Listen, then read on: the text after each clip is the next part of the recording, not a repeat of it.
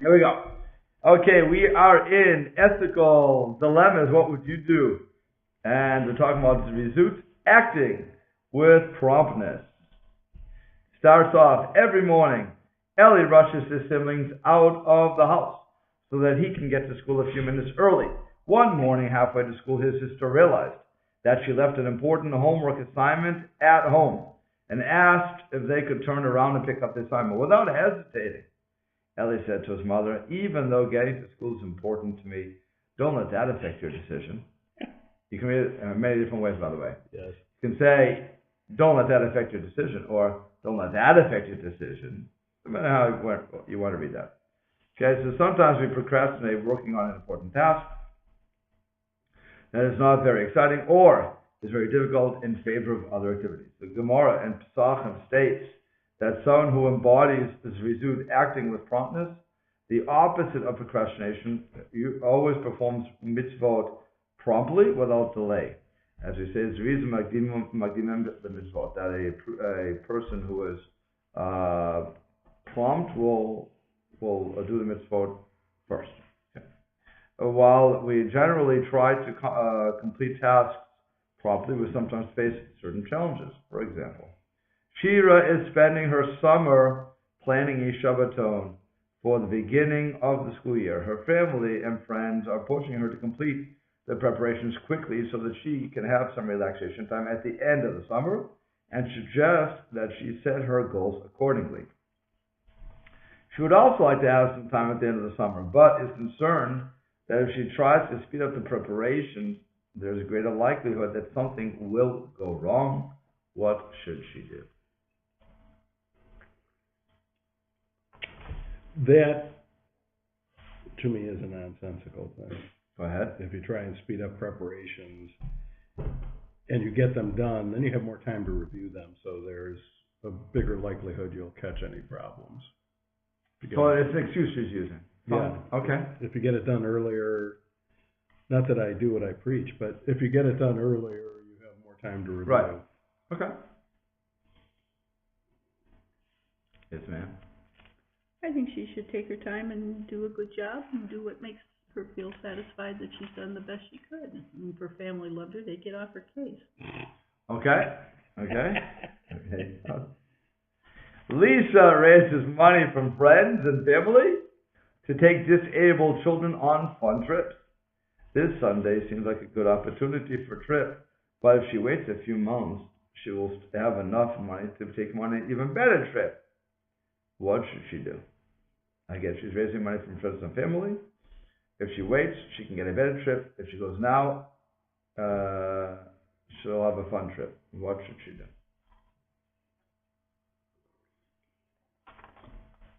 If you really want to update this, by the way, it's I need gas. If I go now, it's 3:45. If I wait 5 minutes, it could be 3.60. It could be 3.20. It could be $2. Who knows? It's a game of roulette going to a gas station today. Or if I need to go to New York, wherever I'm flying. So I go on Priceline.com or one of the Expedia.com, one of those places, and I see prices are let's say $400. If I wait, so I may get a cheaper flight, because the flight is going in 3 weeks. If, on the other hand, I buy it now, I've guaranteed myself that price of $400. This is the same thing. Do I do it now, or do I procrastinate, hoping that the prices will come down? Without all this wretched technology, people just don't put themselves into all these emotional buying. Well, this is not. Well, I'm just using that as an example, but you could use the gas. You could use it, all this. Like I said, she's going on a trip. She has an opportunity right now, but if she waits a few months, she will have enough money to take on. That's a guarantee. She'll have enough money to take on a better trip. What should she do? Her moral obligation is to make sure the disabled children have fun, not to necessarily do what makes her or her family or her acquaintances she's not. happy. She's saying it's no, better I'm for just them. saying it shouldn't matter whether it's a good opportunity. If she can take them on a better trip, it's to their benefit. And that's So you say wait. Yeah. You're saying wait. Okay. On the other hand, Yeah, there we go. Good. I like this. if she takes them on a trip now Go ahead. and raises more money, she can take them on a second trip. Nobody said that. It's a possibility. Well, that's sort Well, of we could make up any kind of possibility. If she Because she'll takes have- them now, she doesn't have to pay gas prices at all. They'll all fly on wings. I don't know. This is silly. You can make up all kinds of things. Yeah, You have to deal with what. You never know, and they're disabled children. No. They might not By be the there way, for by the that. way, listen to something. When Rabbi Flug is It's a real making these possibility. up, he's intentionally, like most made up things. He's intentionally leaving it open so you don't have all the information, so that you can add to it and you can say, okay, this is what I would do, this is what she could do, and so on and so forth. It really allows for a large thing. So it could be that they could slide, they could go away. Okay, I don't know if that's really a possibility, but it could be that if she goes now, she can wait to raise more money and get or hit megabucks and take them on a better trip. Possible, but it's not probable. Okay, the probability is if she takes them now, she can take them on another trip later. That's what we're expecting, but it wouldn't be as good a trip, okay, as if she saves up for a couple of months. That's all we know. In other words, the one thing we know for sure is if she waits long enough, she can take him on a better trip, but then she won't be able to go on the trip right now. The question is, is that zerizut? Is that acting promptly, or is it a lack of responsibility? Where does that hold? Because, by the way, as I said to people at IUSB today, and I didn't give this class, but in another class, when it comes to halachic questions, we always have to deal with more than just what we have in front of us.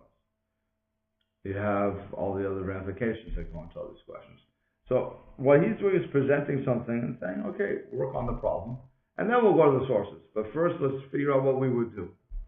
And then we'll see if the sources match up actually with, or the sources that he quotes will match up to what we do. At least will give us a way to think about it. So there's no reason there's no right or wrong when it comes to this sort of thing.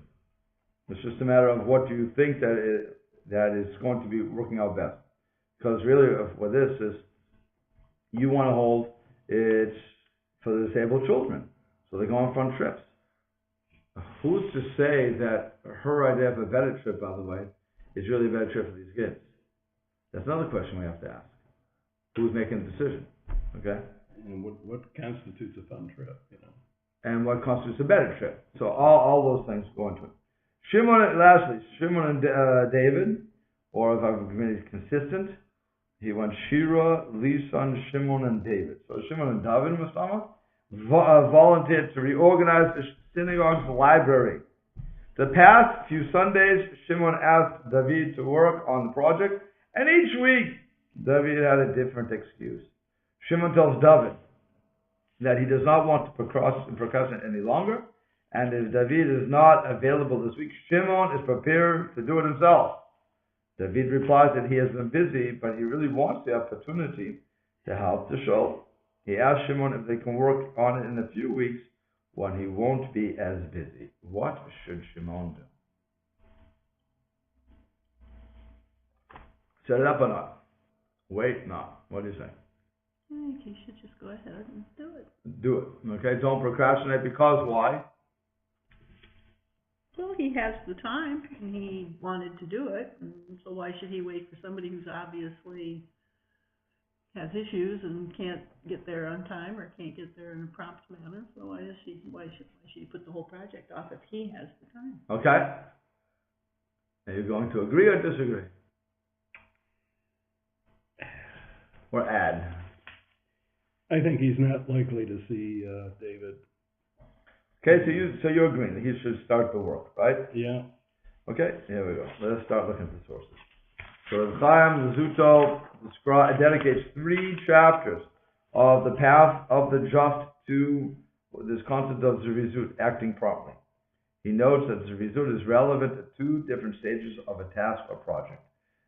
Here we go. This is what he says. There are 2 components to promptness. One before the action and one during its performance. Before the action, one should make sure not to delay performing a mitzvah. Rather, when the time comes, or when the opportunity arises, or the thought crosses one's mind, one should act quickly and not allow time to pass. Promptness during performance means that once one has begun performance, one should quickly complete it, and not for the purpose of removing the burden, but out of fear that one might not complete the task. Well, there goes my argument. On which one? Kaboom. On which one? On the trip. Okay. Well, it's not over yet, but okay. Well, he says right here, he says, rather when the time comes or when the opportunity arises, and that's the way it's phrased, they have a better opportunity this Sunday, so. Right, okay. So that's number one. But like I said, so you have two components. Before the action, you have to be sure not to delay the mitzvah. Let's understand what that means too.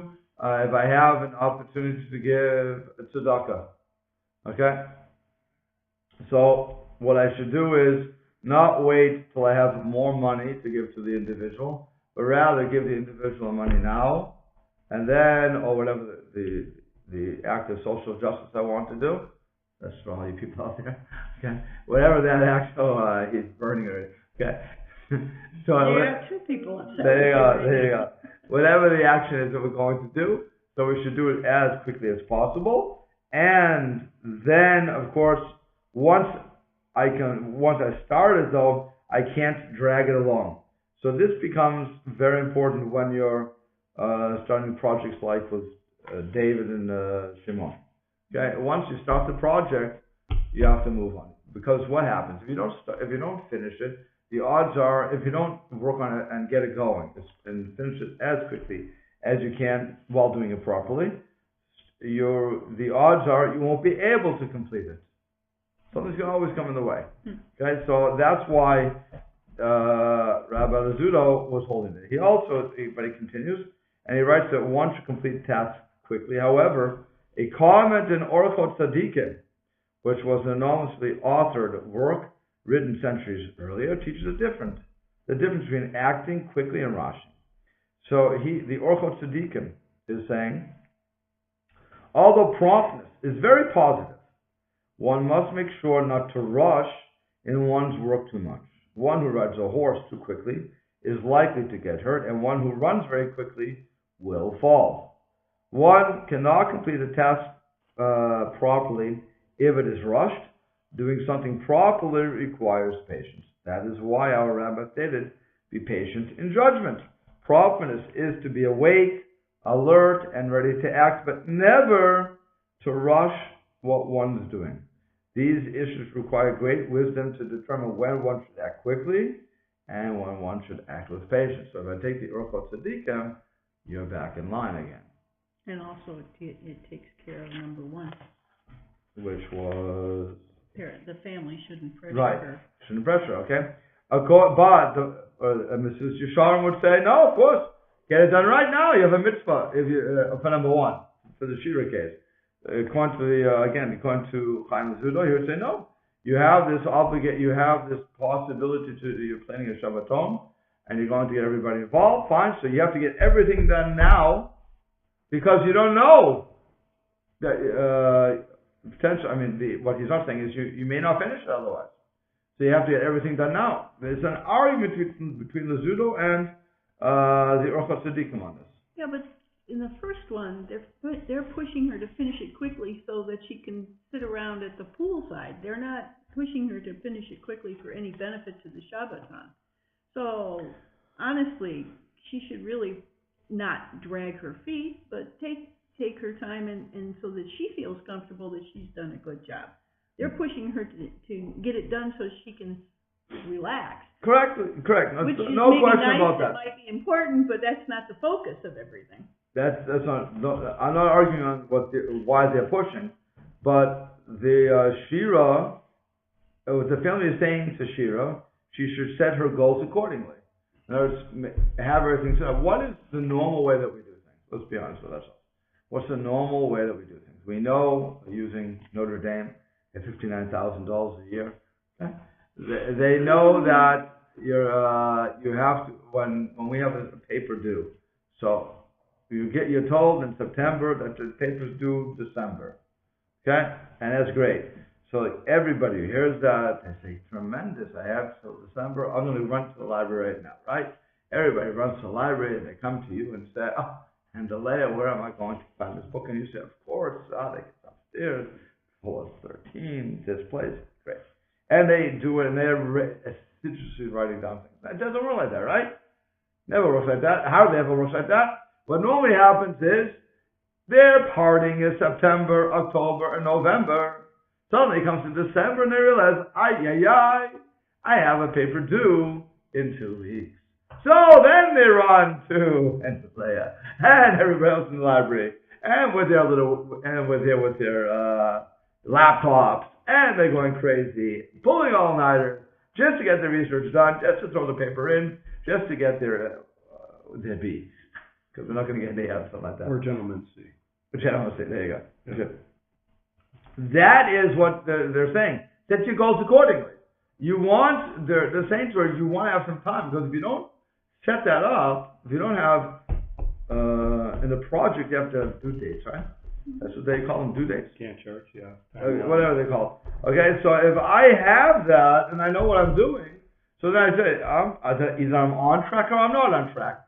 If I don't have that set up, then the odds are I'm going to push things off to the end. Well, you can have things set up and you can have a script set out and step by step. That doesn't mean you have to rush it through and condense it all up just to move everything up for... No, that's clear. That's clear. But what I'm saying is that the family could be following the Zudo and saying, prepare it. You have the mitzvah now. They've assigned you this mitzvah, or to set the Shabbaton. Get it done. Don't hesitate. Just get it done. So her concern is... anywhere that she's hesitating. They just want her to do it faster. No, it's complete the preparations quickly. Use zerizut. Just all. They're saying get it done. Because, you'll have time to relax at the end of the summer. And you also, if you go and follow Meyer, you also have time to look at it again, say what I missed. But if I run to the very last second, according to that, I wouldn't have time to look back at it. According to the Orchat Tzadikim, you have to be, you shouldn't rush at all. So he would say, take your time. But nowhere in here does it say that if she takes her time and does a careful job according to her feelings, that it would push her right up to the end. It doesn't say that anywhere at all. Correct. The family is just assuming that if she doesn't rush and get it all done, she won't have the time. Maybe correct. There's no question about that. You are correct with that. So, but that's why I'm saying there's two sides to that story. Mm-hmm. You could have two opinions. You could either be following the Zudo, or you could be following Orchat Tzadikim as to who's met the dog. In other words, you're going to get to the finish line. Everybody gets to the finish line.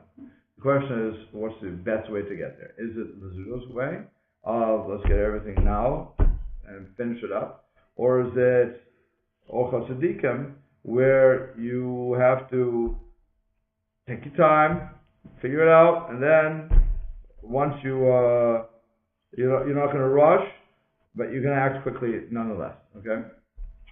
Depends on who you want to follow. Okay, so these sources highlight two reasons why a project might take longer than expected. First, because the person working on it is trying to ensure that it's completed properly. Second, because the person working on it takes a lot of breaks and is not fully dedicated to the project. So the Orchat Tzadikim addresses the first step of delay and writes that, in other words, you want to get everything right, and that's praiseworthy. The Zudo addresses the second type, namely, you're going to take coffee breaks, and says that's a challenge to completing tasks. Okay? So you can't work for the union if you're going to be doing this, okay? In other words, at 10 o'clock, I remember when I was working in the meat industry, if you would go to the meat market at 10 o'clock, shut down, padlocked. You can't get in until 10:15. And that was union break.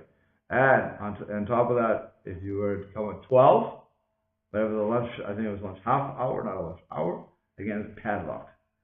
And it didn't matter who you were, how much money you had, it didn't matter how little the load you wanted.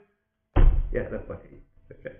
That's he's saying you could run into that. You don't want to run into that sort of thing. That's not a praiseworthy delay, as it were. When you want to do a mitzvah, you can't say it's 10 o'clock, 9 o'clock, whatever clock it is. I have to take my coffee break. You can't claim that. I've seen that in action in this deal, though. Yeah, this whole union. Where they say, yeah, we're not shipping anything, even though everything they're doing is push button automated. Right. It's like, I'm taking a break, or we're closed for lunch. Right. We're taking a longer shift change. Yeah. We'll see people later. Oh, it's an amazing thing. It has its positives, it has its negatives, but it was good for me when I was working because that means I got an hour off. That the boss had to pay for it. Couldn't do anything about it. He sent me there. That was his problem. He should have known. But it's okay. So now he has some questions here. He says, and these again open questions. One is, do you think that Oracle Tzaddikim would accept the argument of someone who says, I work much better when I'm against the deadline, which is what I was describing. Okay? Do you think Rabbi Lazut would accept the argument of someone who says, if I don't have a break every few minutes, I can't get anything done? Those are real arguments that people present. Again, and most people, again, do work really well against the clock. They do. And when there's a deadline, they go right up to the deadline and they get the job done. Having seen thousands of students, I can tell you that is not necessarily true. They may work against a deadline. Right. They don't work better against a deadline. Okay, but they'll argue they do. What I'm saying is they will argue they do. I've heard many of them say, I'm never doing this again. Of course they will. Oh, they do it every semester. That's college.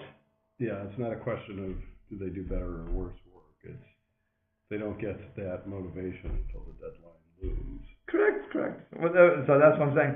And the other guy says, I don't take a break every few minutes, I can't get anything done. That's also, obviously these are excuses. Yeah. But, and so if you take if you take these two commentaries, so the Orchos Tzaddikim say the guy says, I work better against the deadline. No, don't give me the baloney. Rather, figure out how to do it and then work properly. And also Lazzuto would say, no, you can't take a break every few minutes. It doesn't make sense. There's not the normal way. So, and we already applied this to case one, so we'll go past that. In case one, Shira is faced with the decision of whether to speed up her project at the expense of potentially making errors. What if zerizut will not, and again, acting promptly, will not negatively impact upon the results, but delaying will produce an even better result? Oh, now we're even getting the more of the gray area. Okay? Again, if zerizut will not negatively impact the result, she's moving it, she's pushing it, listen to the parents, okay, or her family. But delaying it will produce an even better result. Now what do you do?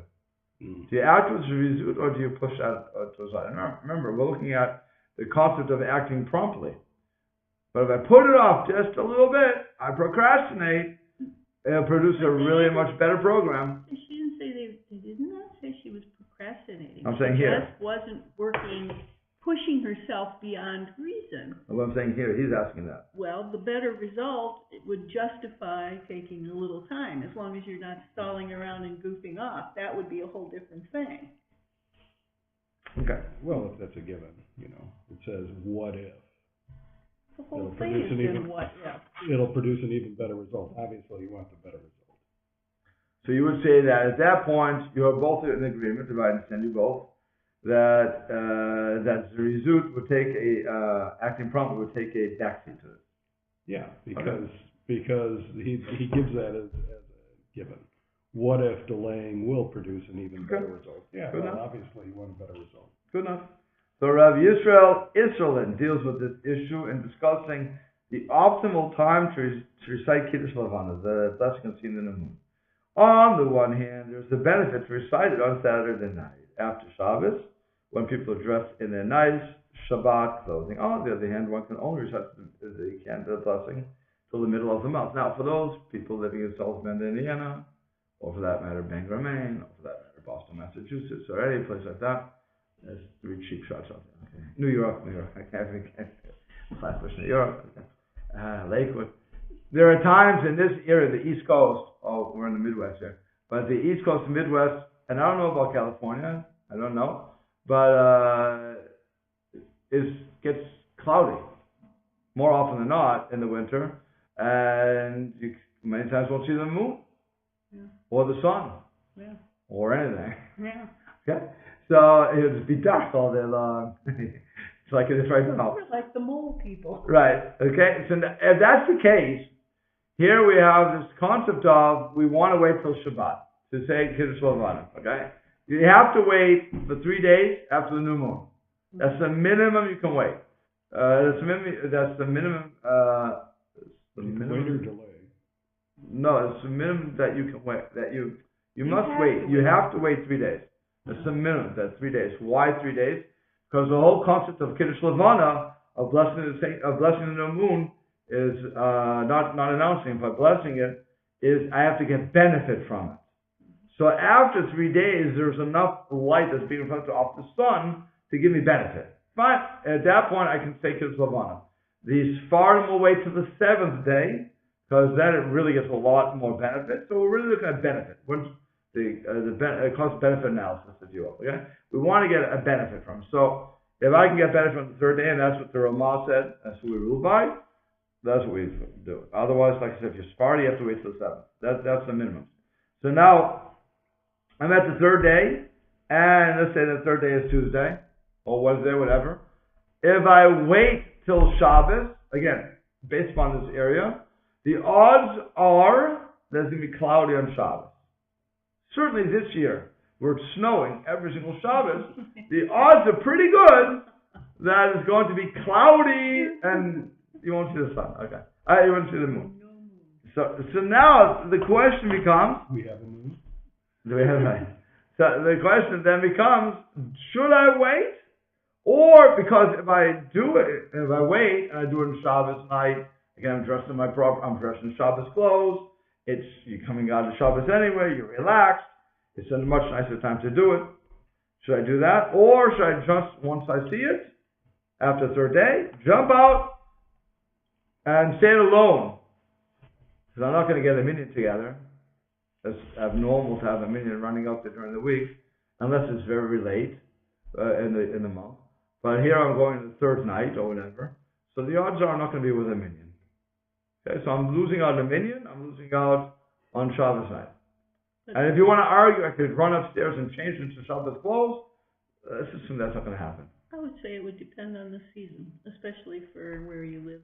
Like if we live here, knowing that there are problems and issues, that you would take the earliest opportunity you can in the seasonal times where you know it's most likely to be bad weather for extended periods. And we know here at any time from November to about March, it's pretty given that it's going to be bad weather.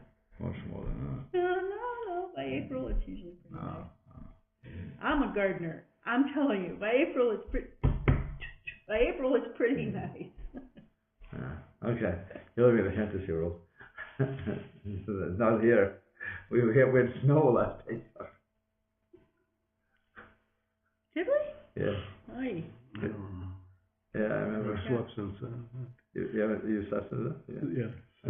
So he says, right here, so Rabbi Yisrael says these words in Truma Dedeshin. He said, it seems that there is a distinction. If the upcoming Shabbat night, Saturday night, is early in the month, such as the 7th or 8th of the month, so that even if it's cloudy on Saturday night and on the next few nights, there's still an opportunity to recite the blessing by the end of the 15th, the final time to recite the blessing, then it is proper to wait. Okay? So by the way, why the 15th? Really the 14th, but why that day is the last? Because it becomes the full moon then. And no, that's I get a lot of benefit. Why not after that? Because then it starts to wane. Correct. So once it's waning, I'm losing my life. Yeah. So you're only going to bless the new moon. It's not just blessing the moon. We don't run out every day and howl at the moon. It has to be I'm blessing the moon for a purpose. Okay?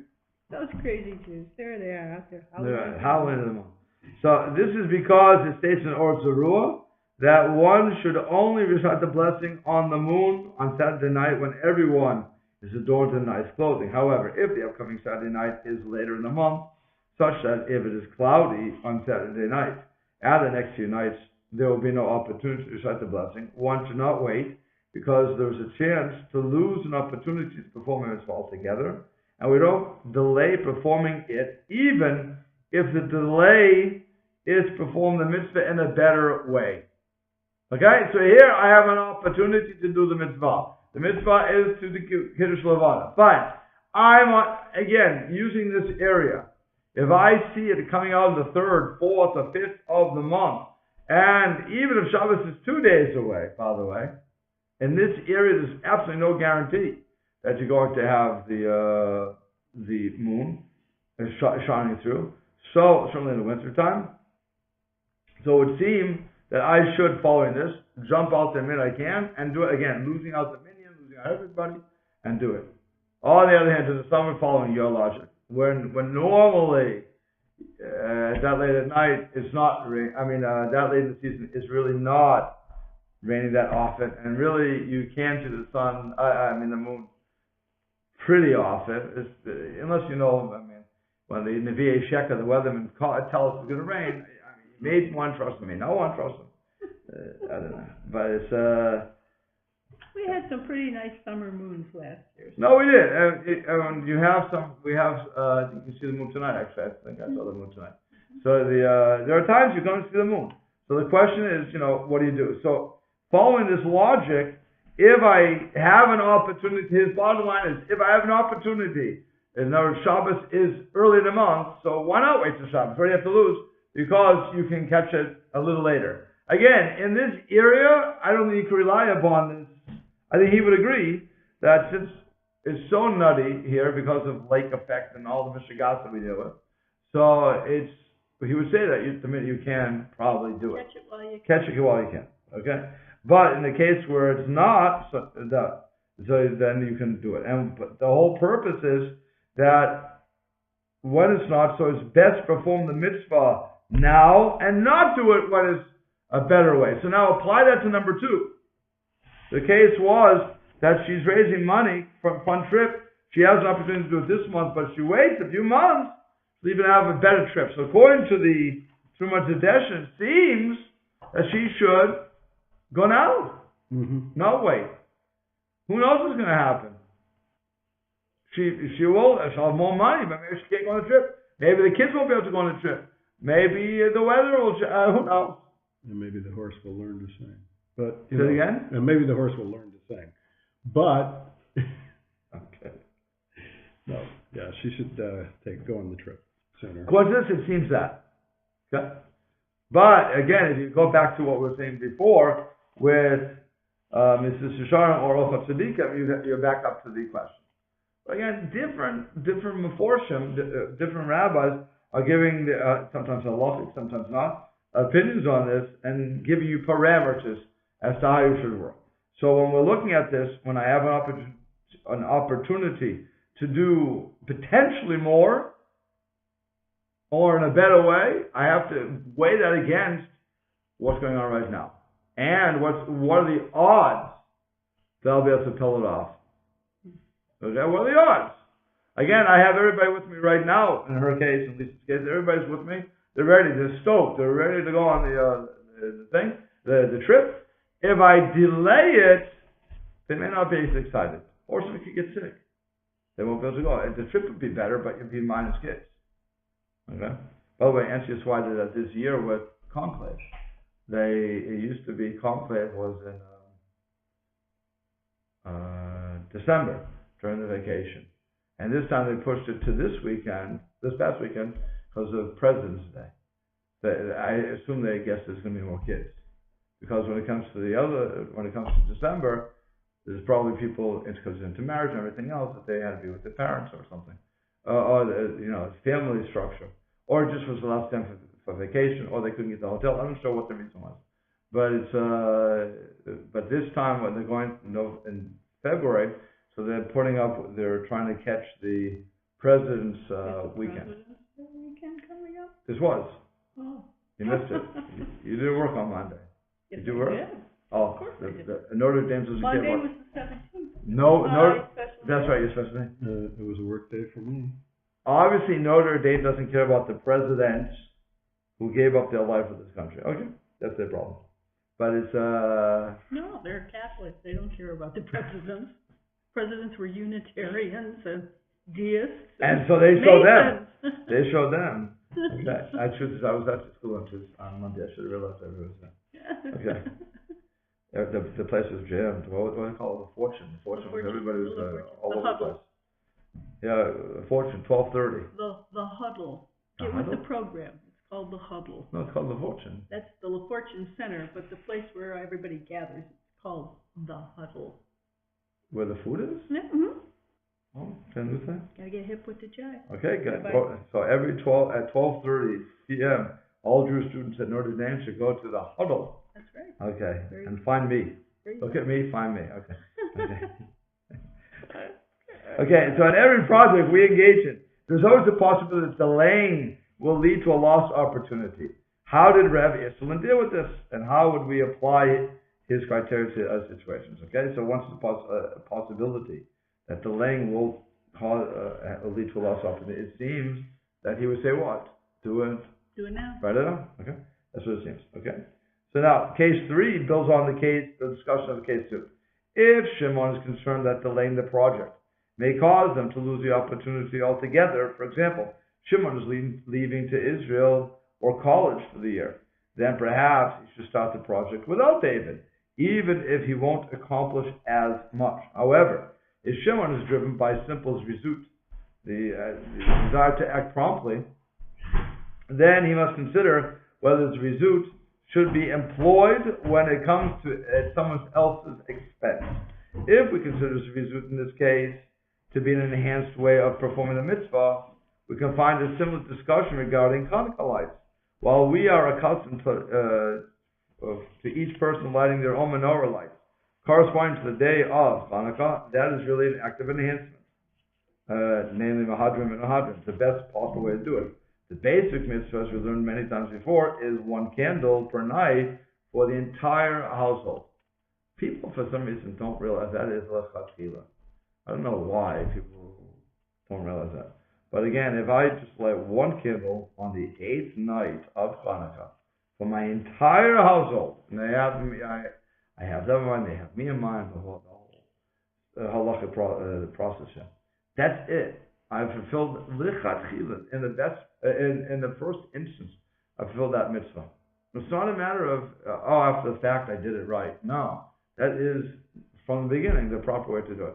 When we have each person lighting their own menorah, and then that would be second level of improving on the mitzvah. When we have each person lighting their own menorah and increasing the candle every night, besides making the candle people rich or the olive companies rich, we're also showing the importance of the mitzvah, and we're teaching that over to the kids. But that's mahadrim and ahadrim. That's the best of all possible worlds. Okay, it's not all of them are lechatchila good. Okay, and for some reason I don't know why people just don't get that. But anyway, Rabbi Avram Gambina, he writes, that's the Magen Avram. He discusses a situation where one has to choose in one's own enhanced form of mitzvah and the basic fulfillment of someone else. He says, if one has minimum oil and one's friend has none, it is better to light 1 candle each night and to give one's friend because the law requires only 1 light. So if I'm going to apply that ruling to case number 3 with David and Shimon, so like I said, we could apply the first part, that if Shimon's going away, like I said, he has to start the process now and David can catch on. The other assumption is that Shimon will not complete the job at the end. Okay, if he's going away. On the other hand, if he completed, that's fine too. He also has to take into consideration the other part of this thing. Why should David, because he's working and he's busy, but he wants to do it, it's not like he's shirking responsibility. He's saying, look, I want to help you out, I just don't have the time right now. So really, it's tax season. But get me out to tax season. Each week he has a different excuse. No, because but it would be like tax season. Let me finish tax season, and I'll be able to help you out. And any accountant, by the way, from, I think it's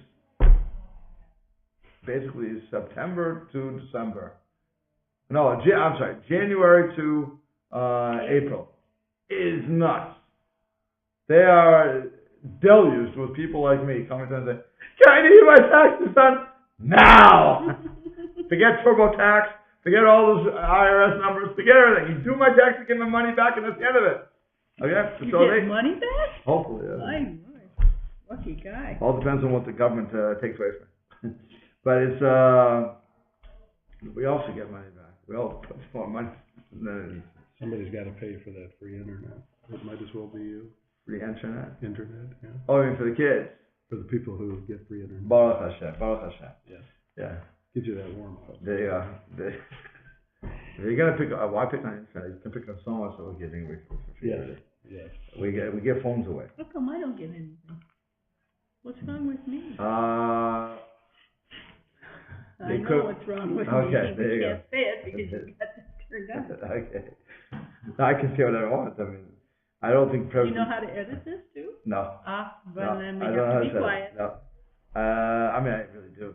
Rather than you do it. I'm sorry. Good choice. Good job. Okay. So again, how could we use this this argument to deal with it? So you could argue, like I said, on two sides. One, if I don't start the project, it's never going to be done. Maybe David will never kick in. Maybe it's just talk. On the other hand, if I want David to feel that, if I want to give David the opportunity, Nothing's stopping him from jumping in later on. correct. But if I want to give him the opportunity, so maybe I want to wait. Okay? In other words, what Shimon has to take into account too is, can he get the job done?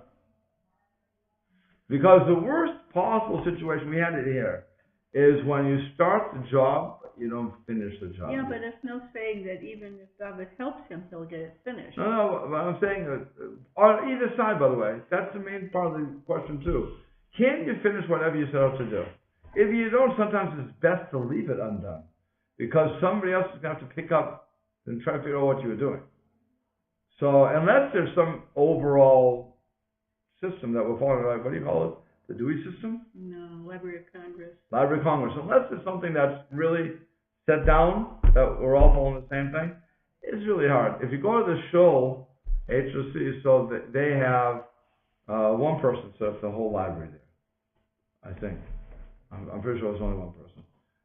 But it took a while to do it. And it was a system that was, I guess, idiot-proof. That's the attempt to make it idiot-proof. Although the idiots put it back in the wrong place. So it only works if somebody's actually following the idiot-proof system. But, you know, when you put one, and so on and so forth, and then you have to put it in the right place, it's hardly ever done. I mean, people don't do that because they don't put it back in the same place. Or they leave it on the table. I do understand that we have students at Notre Dame, $59,000 a Right. year, that don't know how to shelve books, even though they've been doing it as student assistants for But that's my point. years. So people don't really know how to do it properly, so they're messing it up. Now, if you're starting off a new system like we did here, it even gets worse. Because if the person can't complete the job, so then we don't, you know, it's really hard just to keep picking up. You need to hire a librarian. There you go. We'll have to hire you. Okay? So those are just some of the questions that you can ask when it comes to these situations. But what we're also finding out is it's not clear. It's just not clear. You have a lot of problems you have to put into this. Namely, like I said, in any one of these cases, should she, in Shira's case, should she spend more time planning it out? Is she going to get it done better if she takes more time? Or is like Myra says, first let her get everything done and look at the plan and then check it out against itself. Did it work? Am I up to date? Or like the parents are saying, make a schedule and make sure you schedule in some free time, because otherwise you can burn out. This is where the parents are coming from. And when it comes to Lisa, it could be you will have more money if you wait, but we have the same opportunity. Is it like so what it comes down to is common sense. You have to use each situation. You have to know your halakha and then use common sense. Correct. But yeah, the main thing is to know that there's comments out there that says what is zerizut. What does it mean to act promptly? Does it mean I have to run and get it done? I have a paper due in 3 months. I'm going to do it right now. No, it doesn't mean to do it right now. It means you have 3 months. Plan it out accordingly so that you can do the research, you can figure it out. Or going back, using school as a model here, that we know this is going to be finals. We know there's going to be midterms and so on and so forth. So what happens is, by logic, I should go home, review my notes, rewrite whenever I have to, or retype. I don't think they write notes anymore anyway. It's all recorded. It's all recorded. So, but make an outline, as people still do, making outlines, and all those things that we use a computer for, and review it on a daily basis. That way, and then if you have a question, you immediately ask the question. Email the prof. Is it called prof? Mm-hmm. Okay. Email the prof, and you find out if the prof will deign to answer such a question. That's always a Charlotte too. But it's not like me. He asks me a question, I usually answer it. But the prof doesn't always answer. Okay. But I do. Okay. But okay, she's laughing. Okay. No. I answer all your questions. But what was I saying? So there, in that case, so then if you do it like that, you won't have to cram at the end of the semester or at the midterm, and the paper will be done accordingly. It's called time management. If you have good time management skills, which is what we're dealing with here, then the project will be done promptly. If you don't, then it won't be done promptly. You may get it done. You probably will get it done. It usually gets done, but it won't be done as well, or you won't get as good as the mark. Okay, same thing for anything that's going on in the industry. Okay, so and finally with the last one, there you take into account: do I want how much concern do I have to give over to another person who claims they want to help? Do they really want to help? How do I figure that in? Do I, again, work using promptness? I want to start the project now. I've given you a couple of weeks and you kept begging off. Well, I tell you what, maybe I'll start and you finish it. That could be one of the possibilities. Or I'll start and if there's anything left over, so you come in. But we really have to start this because I may not have time when you have free time. So, that's another people who usually make excuses don't ever usually end up coming back dependably to help anyway. Okay. So here's one more. This is Dr. Timothy Pickle, I guess his name is? Pickle, thank you. Okay, he's an expert in the study of procrastination. He notes that procrastination, can you imagine? He finally got around to it. He must think of a lot of jokes on that one. Okay. Notes that procrastination is not a delay based on priorities. Procrastination is delaying an important task in favor of some alternative task that we really know is not as important, needn't be done right now, but seems more attractive, more rewarding. He got a PhD for this. That's right. That's right. Is that incredible? There you go. Whenever someone is faced with a dilemma as to whether to do something now or later, the most important question to ask is whether the issue is delay based on priority or procrastination. Okay, so if Shira or David are procrastinating, then they need to motivate themselves to work more efficiently and avoid making excuses. However, if they are delaying based upon other priorities, then they need to weigh the merits of delaying and the merits of acting with zerizut. And that's where we'll stop.